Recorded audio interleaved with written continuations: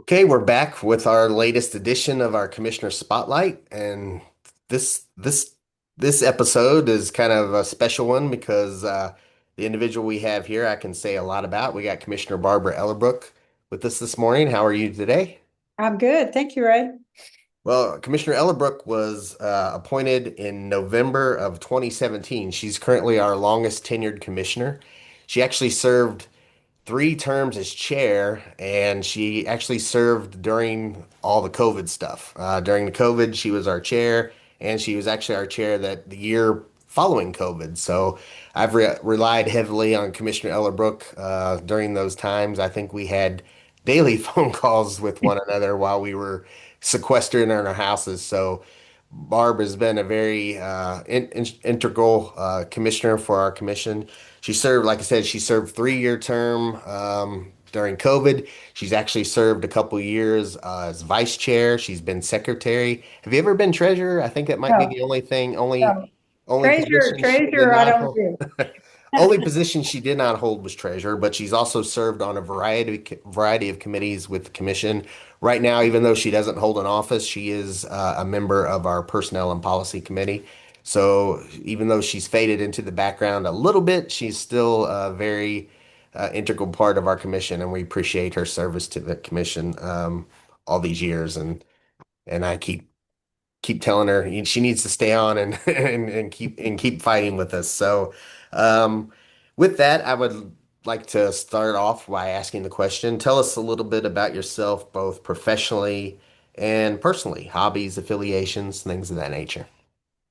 Oh, well, professionally, I ran nonprofit organizations as my career, which is how I came to know Human Rights Commission through one of my programs. I actually was investigated by the Human Rights Commission.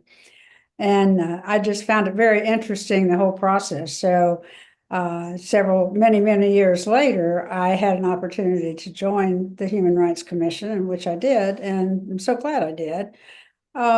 Personally, I am retired now. I serve on several different boards, community service boards in the local area. I at one point served on a national organization as on the executive committee. I keep busy. I have 3 grandchildren here in town and one great grandchild. So I keep busy with them, and I have 2 daughters locally. So I'm from hobbies, I guess my biggest hobby is traveling. I do like to travel and have been able to do so, and I'm very fortunate for that. So that's a little bit about me. Okay, thanks so much. So you kind of already answered our question, why did you want to serve on the Human Rights Commission? So we'll move on to the next question is, since you're the most tenured, longest serving commissioner, what is the most surprising thing that you have learned while serving on the Human Rights Commission? Oh, I think that what has surprised me the most is, and I don't want to be too negative here, but I think people who want ask to serve on the commission may not fully understand the commitment that it requires. And as you know, that's always been kind of a thorn in my side when we have commissioners who are actively on the commission but don't necessarily participate. So that's been a surprise. I think with the current commissioners we have, we're very fortunate. We seem to have a really good group, even though a lot of them are fairly new. They're very active, and I find that very inspiring because I think the commission is one of the more relevant bodies that we have locally, and one that I don't think a lot of our people in the community understand exactly what's done and what can be done in the community. So I think that's what surprised me the most. But Very good. Now, you know, this kind of work and this agency has kind of evolved over the years since 2017 when you were appointed. What do you think the current, or maybe as we look to the future, what do you think is currently the biggest challenge facing this commission or maybe commissions across the country? Well, what comes to mind are two challenges locally. One is ongoing funding. As you know, in I think 1819, we really became much more prominent, I think, with the Urban County Council. We were on their doorstep virtually all the time, letting them know who we were and what we were doing. And it did result, I think, in us being recognized as a viable organization that needed to have continued funding. Uh, the other challenge that, again, is something that I've been talking about on the commission, we currently have yourself and another staff person who have considerable longevity with the commission.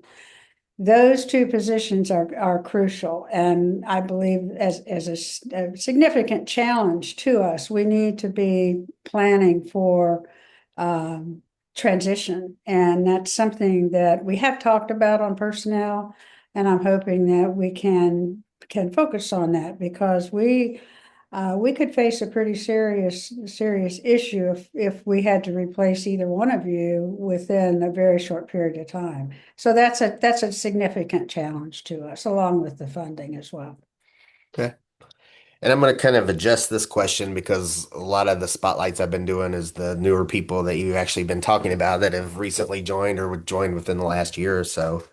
Do you have not necessarily a future goal as when you were appointed to the commission, did you have a goal that you had set out that you would like to have seen accomplished that you have accomplished since you've been on the board? Or is there something that you're looking to uh, by saying, well, when I finish my time at the commission, I will want this to have happened? And you might have alluded to it with your previous question. Yeah, I think I didn't necessarily have a goal when I started. I quickly developed one when we were addressing the funding issue.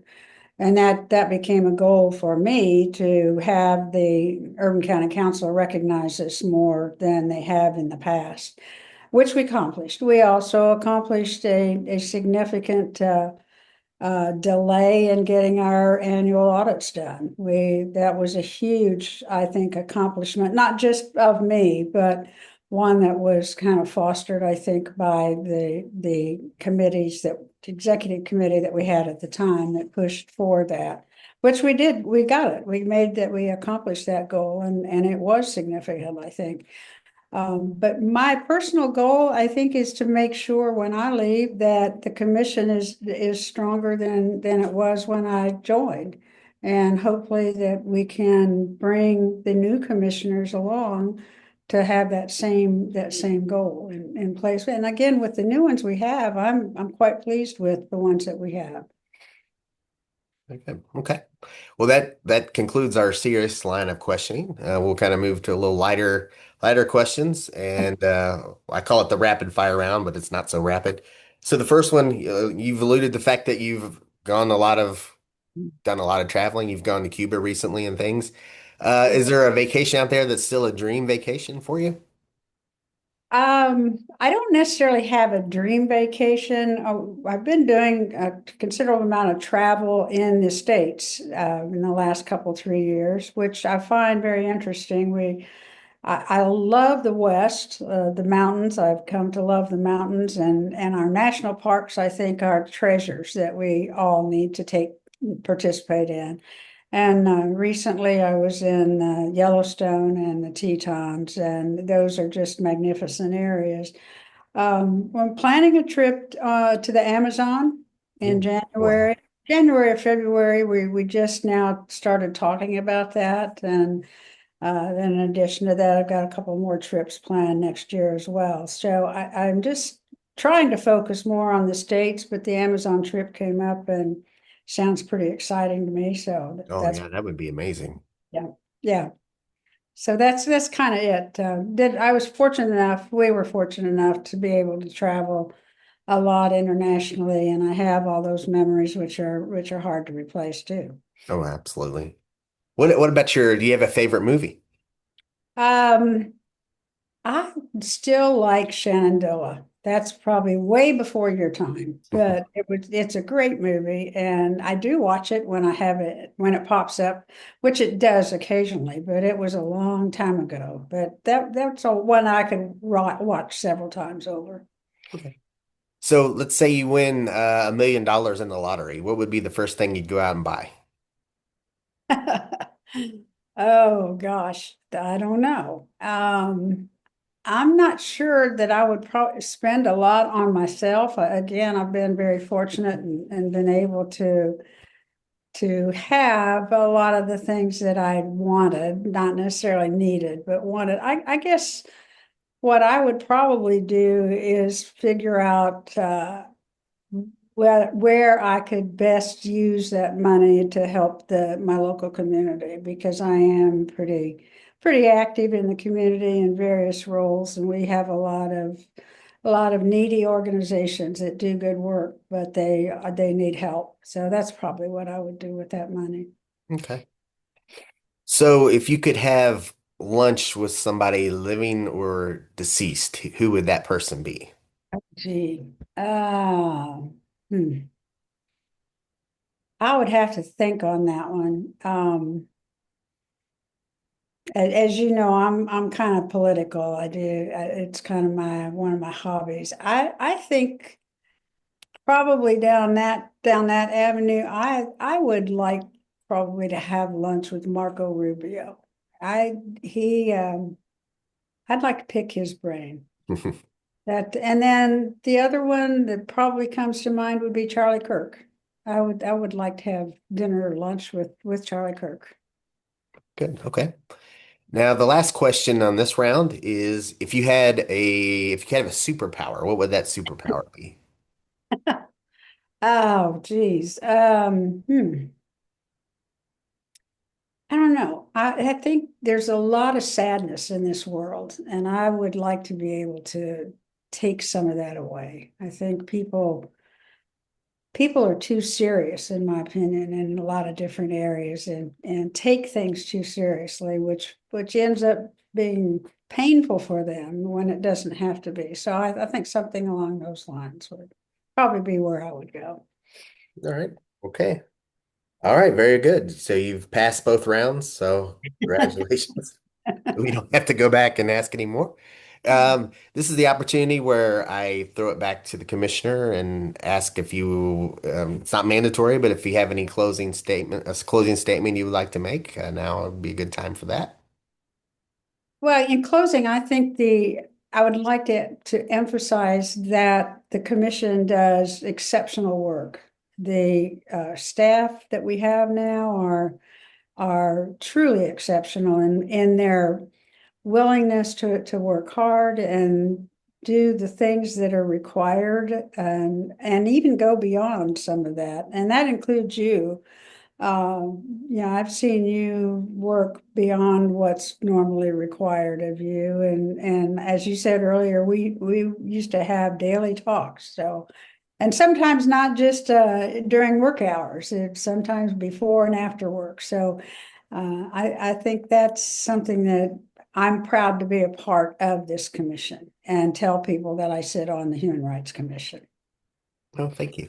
Well, we appreciate your time this morning. Like I said, Commissioner Ellerbrook will always have a special place in my heart as far as, we served together in the trenches and during a pandemic, so that's going to always hold a special meaning. But I really appreciate her service and not only, since 2017 and the things that she's done.